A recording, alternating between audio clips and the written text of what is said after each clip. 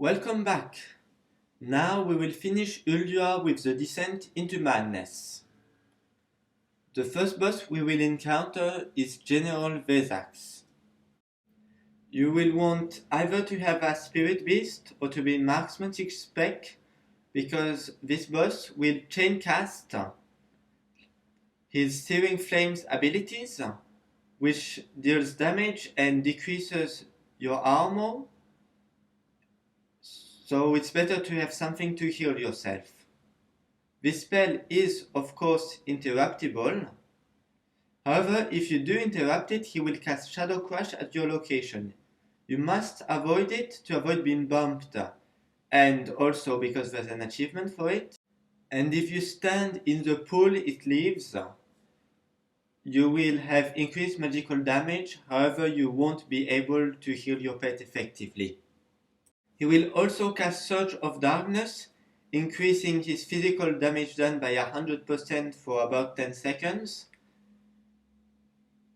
Make sure not to interrupt him while he has the buff, or he will deal extremely high damage to your pet with the armor debuff. However, if needed, you can interrupt him and then kite him because he has a reduced movement speed.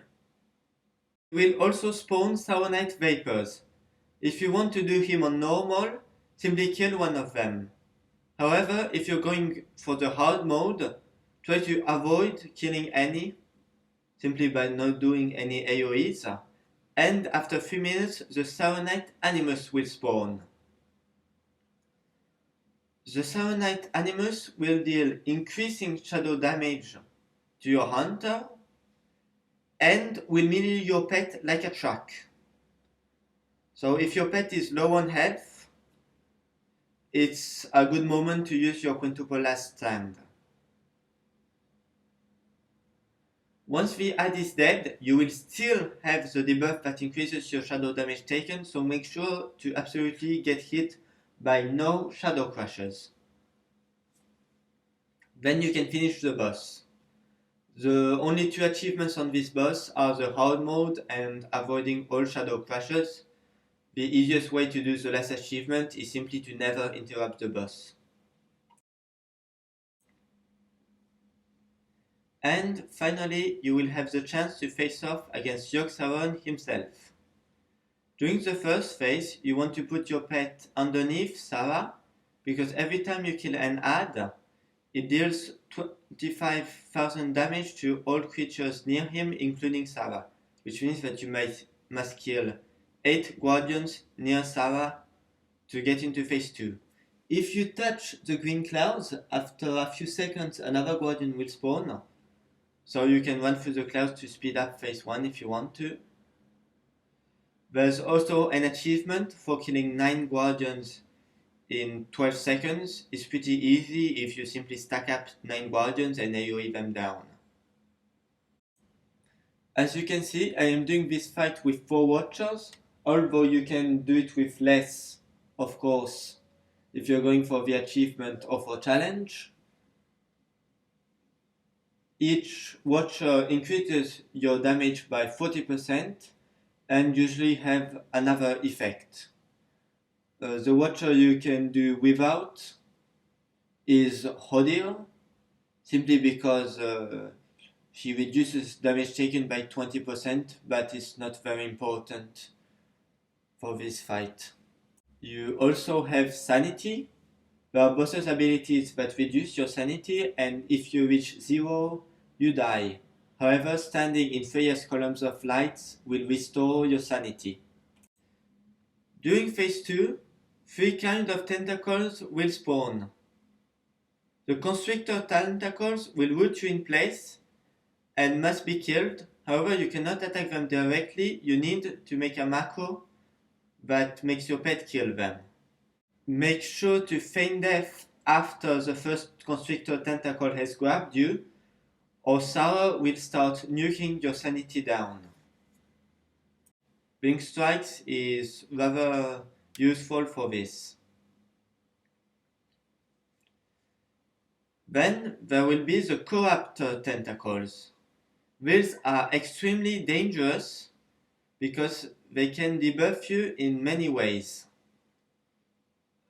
The two dangerous debuffs they cast are the Black Plague that will stun you again and again, and you must never be afflicted by this, and Apathy, that will drastically reduce your movement speed and focus generation, and attack speed.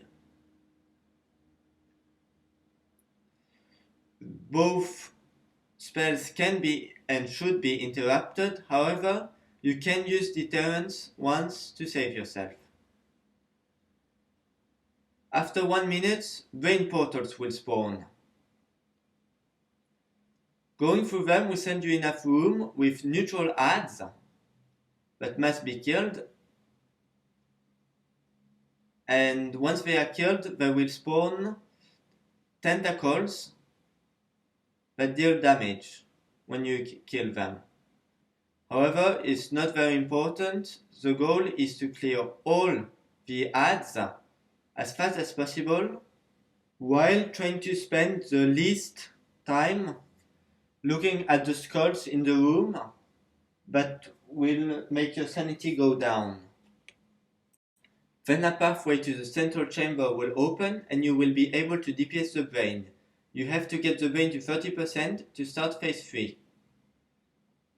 However, you must use a portal to get out of the brain room before it finishes casting Induce Madness, or you will die. Now, if you see that you cannot kill the brain in a single go, it might be a good idea to leave early, because when you're out and the brain hasn't finished casting Induce Madness, the tentacles will be stunned and therefore you will be able to clear them out. However, try to get it to 30% in at least 2 goes, or you will simply have too much tentacles up. Once the brain reaches 30%, phase 3 will start. Get out of the brain room and clear out the Corruptor's tentacles as soon as possible. Yogg-Saron will spawn Immortal Guardians. These hit harder depending on their health, so you want to make sure that they die as quickly as possible. So they are the second priority in this phase. Once there are no Immortal Guardians up, you can finish the Crusher Tentacles that reduce your damage done. Yogg-Saron will cast Lunatic Gaze. It deals damage and reduces your sanity every second you spend looking in his direction while he's casting it. So if you're low on sanity, simply turn away and then go recover your sanity inside the green zones. He will sometimes mark some Immortal Guardians with shadow beacons. Make sure that they die before the beacon reaches them. Or if you can kill them, make sure that they are not near Yogg-Saron, or Yogg-Saron will start getting healed. Once all tentacles are dead, you can start DPSing Yogg-Saron when there are no Immortal Guardians up. Now, as far as the hard mode go, Mimiron reduces the casting speed of the Corruptor tentacles, which is pretty useful, and also increases your movement speed. He will be the second Guardian to go. Freya is the third most useful Guardian because she helps you recover your sanity. If you're doing